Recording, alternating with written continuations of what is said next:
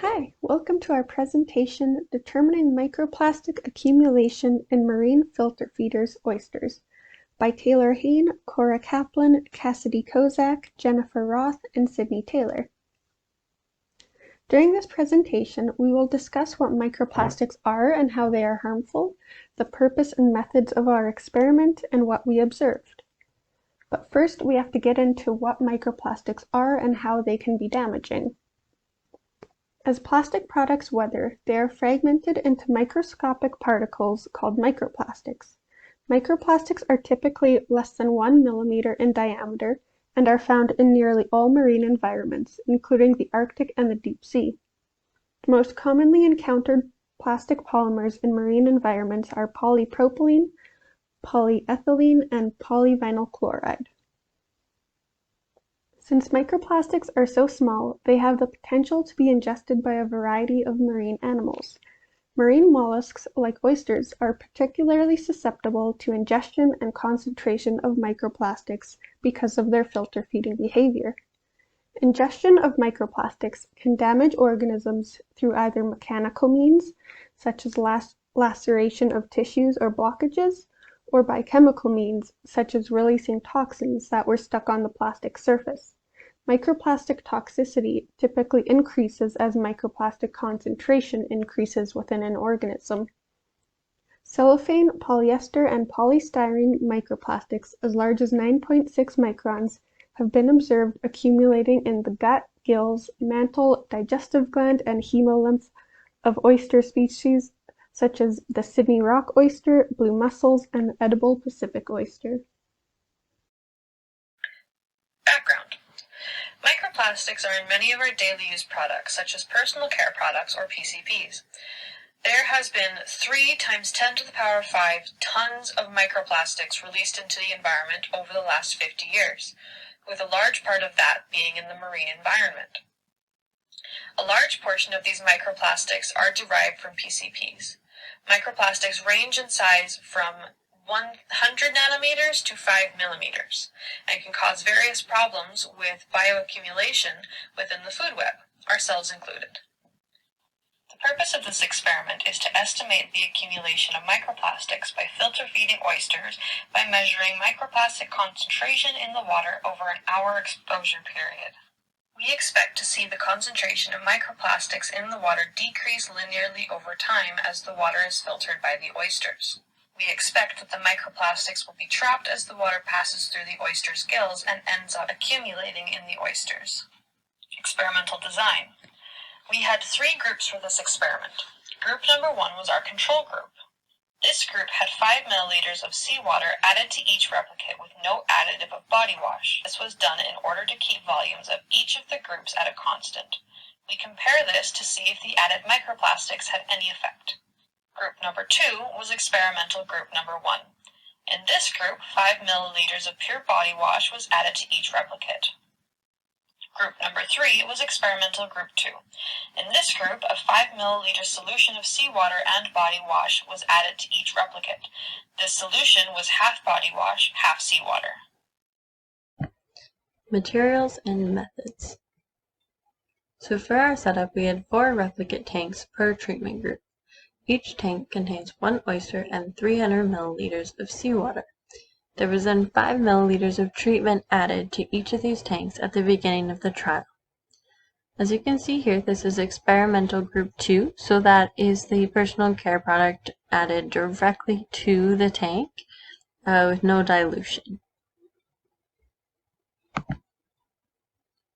This experiment requires using a spectrometer to measure the concentration of microplastics in the water that the filter feeding oysters are in. We will begin by measuring the concentration of microplastics in the water at time 0, and then measure the concentrations 2 more times after allowing the oysters to filter the water for 30 minutes, and then again after 60 minutes. For our experiment, the first step, we added treatment solutions to each replicate tank. Step 2, once each of the treatments were added to their containers, a 10 milliliter sample of the water from each of the treatment replicates was taken after 0 minutes, and the concentration of the microplastics in the water was recorded. The sample was then returned back to the container. The oysters were given 30 minutes to continue to filter the water before another 10 milliliter sample of the water from each of the treatment replicates was taken again to evaluate the concentration of microplastics in the water. We did this using a spectrometer. In step 4, another 10 milliliters of water from each of the treatment replicates was taken once again to determine the concentration of microplastics in the water 60 minutes after the treatment was administered to each of the oysters. This here is the general anatomy of an oyster. So the hinge here is where the other half of the shell would attach, as it is a bivalve.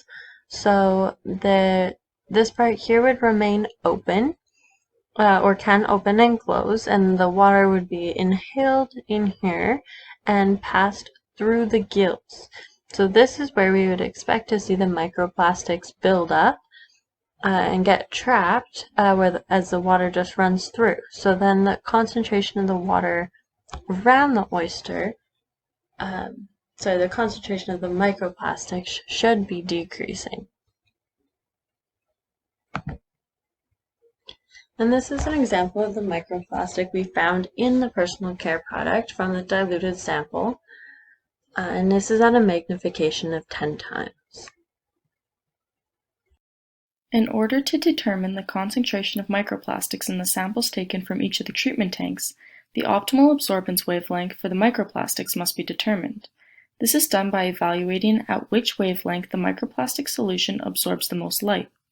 The first step is to calibrate the spectrophotometer at different wavelengths with a blank seawater sample.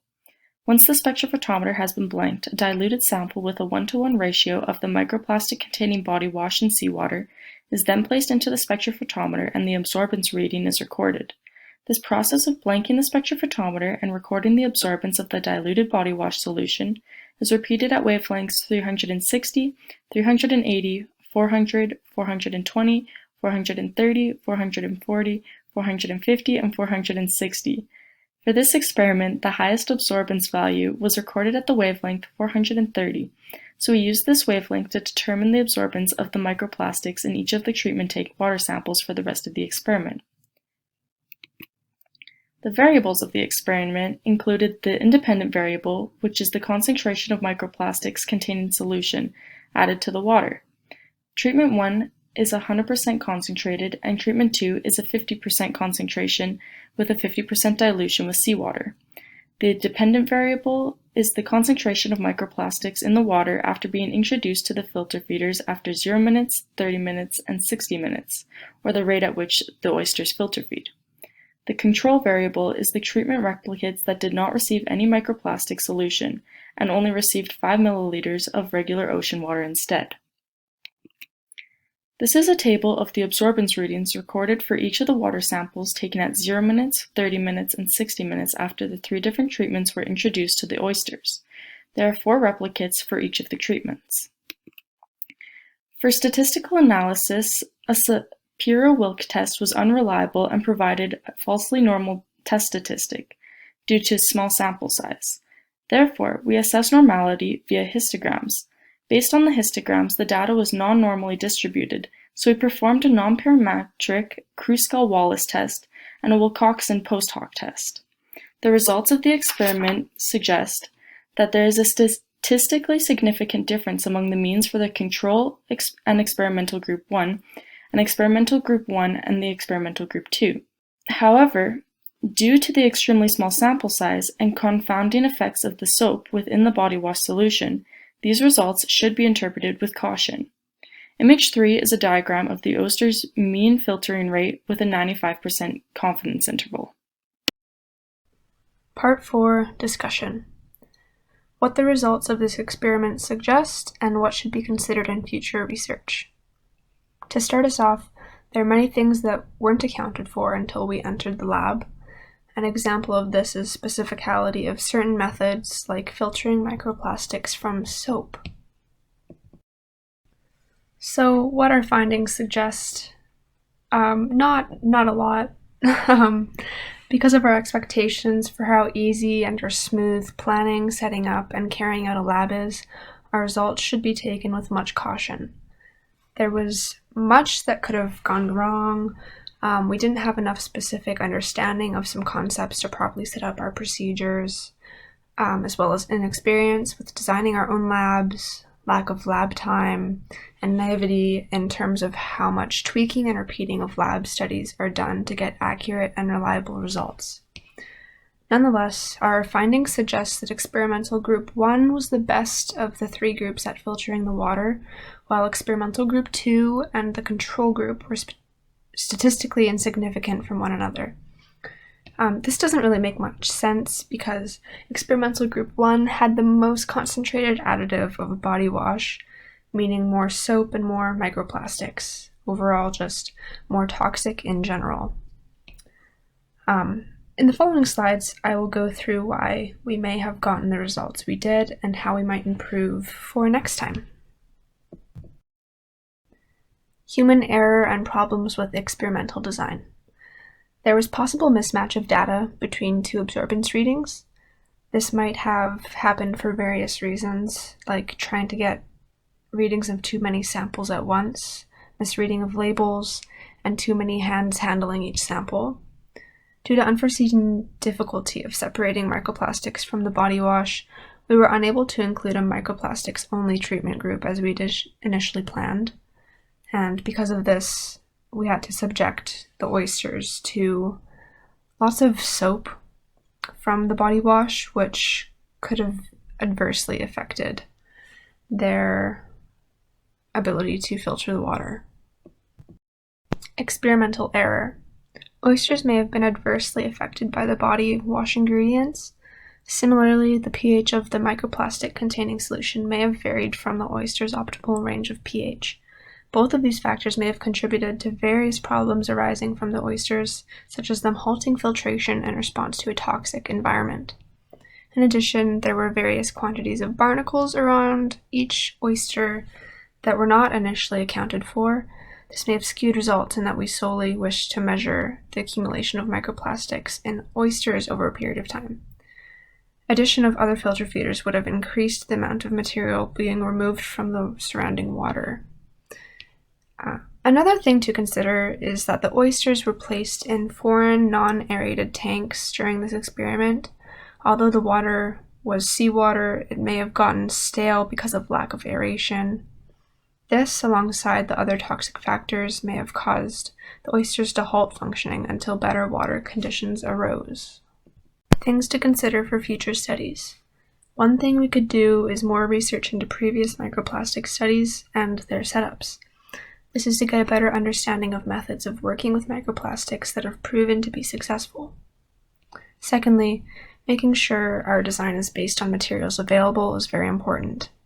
During this experiment, we based our methods off whether we could have a specific type of spectrophotometer, and after having been told that it wasn't available to us, we forgot to modify our procedure to make sure that we would still be able to perform it the way we initially planned. As mentioned earlier in the slides, a better understanding of the spectrophotometer model and knowledge of what reliable and accurate results should look like is of great importance. Our concentration of solutions was much too high to get a good reading from the machine, and by the time we realized that, we were too far into the experiment to change the procedure and start over.